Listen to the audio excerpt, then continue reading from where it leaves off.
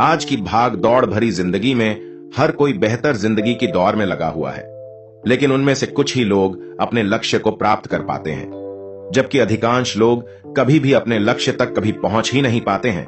जब भी हम अपने लक्ष्य की ओर कदम बढ़ाते हैं तो हमारे मन में तरह तरह के विचार उठने लगते हैं, जैसे मैं इसे प्राप्त कर सकता हूं या नहीं, अरे इसमें बहुत समय लगेगा लेकिन मेरे पास उतना समय ही नहीं है, अगर मैं असफल हो गया तो लोग क्या कहेंगे, वगैरह वगैरह। लेकिन इन सब के बीच भी सबसे बड़ा डर यही रहता है कि मैं सफल हो पाऊंगा या नहीं। तो आज की इस बौद्ध कथा के माध्यम से हम सब जानेंगे कि असफलता के डर को कैसे खत्म किया जाए, और साथ ही हम यह भी जानेंगे कि हमारे मन में यह असफलता का डर क्यों पैदा होता है, इसका क्या कारण है। तो चलिए कहानी शुरू करते हैं। बहुत समय पहले की बात है, एक बौद्ध भिक्षु एक जंगल के पास अपनी कुटिया बनाकर रहा करते थे। वह बौद्ध भिक्षु बहुत बुद्धिमान व्यक्ति थे।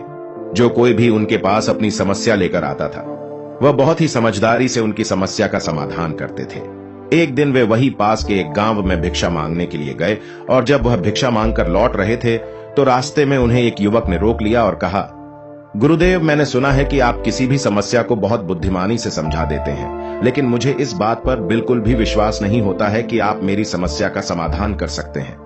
लेकिन मैंने बहुत से लोगों से आपकी बुद्धिमत्ता के कई किस्से सुन रखे हैं, इसलिए मैं आपसे कुछ पूछना चाहता हूं कि हमें किसी भी काम में असफलता का डर क्यों रहता है, और हम असफलता के डर के बिना अपने किसी भी लक्ष्य को कैसे प्राप्त कर सकते हैं।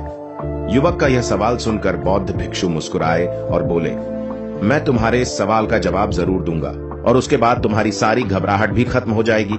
लेकिन उससे पहले तुम्हें एक काम करना होगा, मेरे साथ मेरी कुटिया तक चलना होगा।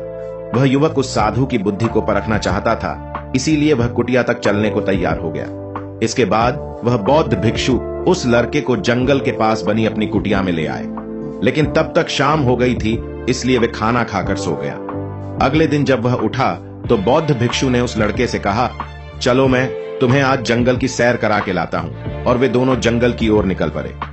कुछ देर चलने के बाद बौद्ध भिक्षु ने उस लड़के को एक गुफा दिखाई और कहा, चलो मैं तुम्हें उस गुफा की सैर कराता हूं। लड़के ने कहा, हां चलिए, मुझे भी बहुत दिनों से जंगल की गुफा देखने की इच्छा थी। उसके बाद वे दोनों गुफा के अंदर चले गए। गुफा के अंदर काफी अंधेरा था, लेकिन थोड़ी देर चलने के बाद बौद्ध भिक्षु चुपके से गुफा से बाहर निकाल आए और उस गुफा का दरवाजा बाहर से बंद कर दिया। उस लड़के ने गुफा के अंदर से बहुत आवाज लगाई कि गुरुदेव, आप कहां हो, कहां चले गए, आप मुझे जवाब क्यों नहीं दे रहे हो। लेकिन काफी देर तक कोई उत्तर न मिलने पर वह घबरा गया और गुफा के प्रवेश द्वार की ओर भागा। जैसे ही वह गुफा के प्रवेश द्वार पर पहुंचा तो आश्चर्यचकित रह गया कि यह क्या, इधर किसी ने गुफा का दरवाजा बाहर से बंद कर दिया है, अब मैं बाहर कैसे निकलूंगा। अब वह उस अंधेरी गुफा में बिल्कुल अकेला था। वह बहुत डरा हुआ और परेशान था। वह सोचने लगा कि क्या उस साधु ने मुझे मारने की कोई योजना तो नहीं बनाई है। अब वह बाहर निकलने का रास्ता ढूंढने के लिए गुफा में इधर उधर घूमने लगा। वह बहुत देर तक गुफा के चारों ओर घूमता रहा, लेकिन उसे बाहर निकलने का कोई रास्ता नहीं मिला। अब उसे बहुत जोरों की प्यास और भूख लग रही थी, इसलिए वह एक जगह आकर चुपचाप बैठ गया। तभी उसे एक सुरंग से सूरज की रोशनी आती हुई दिखी, लेकिन जिस सुरंग में रोशनी आ रही थी वहां तक पहुंच पाना बहुत मुश्किल था, क्योंकि चारों तरफ सिर्फ अंधेरा था और वह सुरंग भी काफी ऊंचाई पर थी। लेकिन फिर भी वह उठा और अपनी सारी भूख प्यास भूलकर उसने अपना सारा ध्यान उस गुफा से बाहर निकलने पर केंद्रित कर लिया। काफी मेहनत और मशक्कत के बाद वह सूरज की रोशनी आने वाली सुरंग तक पहुंच गया और कुछ दूर तक उस सुरंग के ऊपर चढ़ता गया। फिर अचानक उसने उस साधु को अपना हाथ फैलाते हुए देखा। वह लड़का तेजी से उस साधु का हाथ पकड़कर बाहर आ गया, और बाहर आते ही उसने उस साधु को गुस्से से चिल्लाया, गुरुदेव, क्या आप पागल हो जो मुझे इस अंधेरी गुफा में अकेला छोड़कर बाहर आ गए? क्या आप जानते हैं मैं कितना डरा हुआ था और मैं कितना प्यासा हूं। उस साधु ने मुस्कुराते हुए उसे पानी दिया और कहा, अब मेरी बातों को ध्यान से सुनो। तुम केवल 2 कारणों से गुफा से बाहर निकले पाए हो, जिसके कारण तुम्हें इस गुफा से बाहर निकलने के लिए मजबूर किया। पहला कारण, क्योंकि तुम बहुत भूखे और प्यासे थे, और दूसरा कारण, तुम्हें वहां घुटन महसूस हो रही थी, क्योंकि तुम्हें अपने दोस्तों और परिवार के साथ रहने की आदत हो गई है।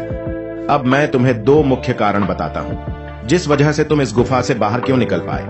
पहला कारण, क्योंकि लोग तुम्हारे साथ नहीं थे यह कहने के लिए कि कैसे होगे तुम इस अंधेरे में, क्या तुम इतनी ऊंचाई पर सुरंग तक पहुंच पाओगे, यह नामुमकिन है। और दूसरा कारण यह था कि वहां लोग यह कहने के लिए भी नहीं थे तुम्हारे साथ कि चलो कोई और रास्ता खोजें, इससे भी आसान रास्ता मिल जाएगा, और हम इस गुफा से बहुत आसानी से बाहर निकल जाएंगे। ऐसी ही नियम है सफलता प्राप्त करने का। ये तो मैंने तुम्हें दिखाया है कि एक छोटी सी दुनिया में सफलता कैसे प्राप्त की जा सकती है, लेकिन वास्तविक दुनिया उससे कहीं अधिक जटिल होती है। वहां हमें सलाह देने के लिए बहुत सारे बेकार लोग मिलते हैं जो खुद तो कुछ नहीं कर पाते, लेकिन हमें यह ज्ञान जरूर देंगे कि ऐसा मत करो, यह बहुत मुश्किल है, यह तुमसे ना हो पाएगा, इससे बेहतर है कि तुम वह काम कर लो, उसमें तुम्हें निश्चित सफलता मिल जाएगी। और ऐसे ही वो हमारे दिमाग को घुमाकर चले जाते हैं और हम खुद पर संदेह करने लगते हैं। सफलता ना मिलने का एक बड़ा कारण यह भी है कि सफलता प्राप्त करने की प्रक्रिया बहुत लंबी होती है और यहाँ हमारा मन घंटे घंटे बदलता रहता है। तो फिर लक्ष्य हासिल करने के लिए सालों साल प्रयास करने के बाद भी हमारा दिमाग क्यों नहीं बदलता? हमारा दिमाग बदल जाता है और हम उस रास्ते को छोड़कर अलग अलग रास्ते अपनाने लगते हैं। गौतम बुद्ध अक्सर अपने शिष्यों से कहा करते थे कि हमें समस्याएं तभी दिखाई देती हैं जब हमारा ध्यान अपने लक्ष्य पर नहीं होता।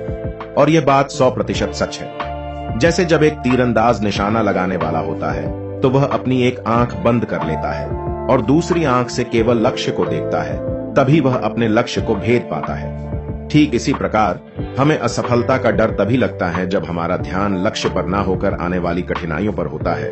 तुम इस गुफा से बाहर तभी निकल पाए क्योंकि तुम्हें सुरंग से आने वाली रोशनी के अलावा और कुछ दिखाई नहीं दे रहा था। यदि उस गुफा के अंदर रोशनी होती तो तुम वहां के बड़े बड़े गड्ढे और कीड़े माकोरों को देखकर डर जाते और वहीं भटकते रहते। इसलिए अपना सारा ध्यान केवल अपने लक्ष्य पर रखो और आसपास क्या हो रहा है, लोग क्या कह रहे हैं, इस पर ध्यान देना बंद कर दो। तुम्हारे दोस्त और रिश्तेदार क्या कर रहे हैं, उन्हें सफलता मिली या नहीं, ये सब देखना बंद करो और सिर्फ अपने काम से काम रखो। और फिर देखना जब तुम्हारा समय आएगा तो लोग खड़े होकर तुम्हारे लिए तालियां बजाएंगे। और इतना कहकर बौद्ध भिक्षु चुप हो गए। उस युवक ने कहा कि गुरुदेव, आपने आज मेरी आंखें खोल दी। मुझे आपकी कही हर बात में ज्ञान दिखाई दिया है। आप सचमुच बहुत बुद्धिमान हैं, इसलिए हर कोई आपकी बुद्धिमानी का सम्मान करते हैं। मैं आपसे वादा करता हूं कि आज के बाद मेरे मन में असफलता का डर कभी नहीं रहेगा।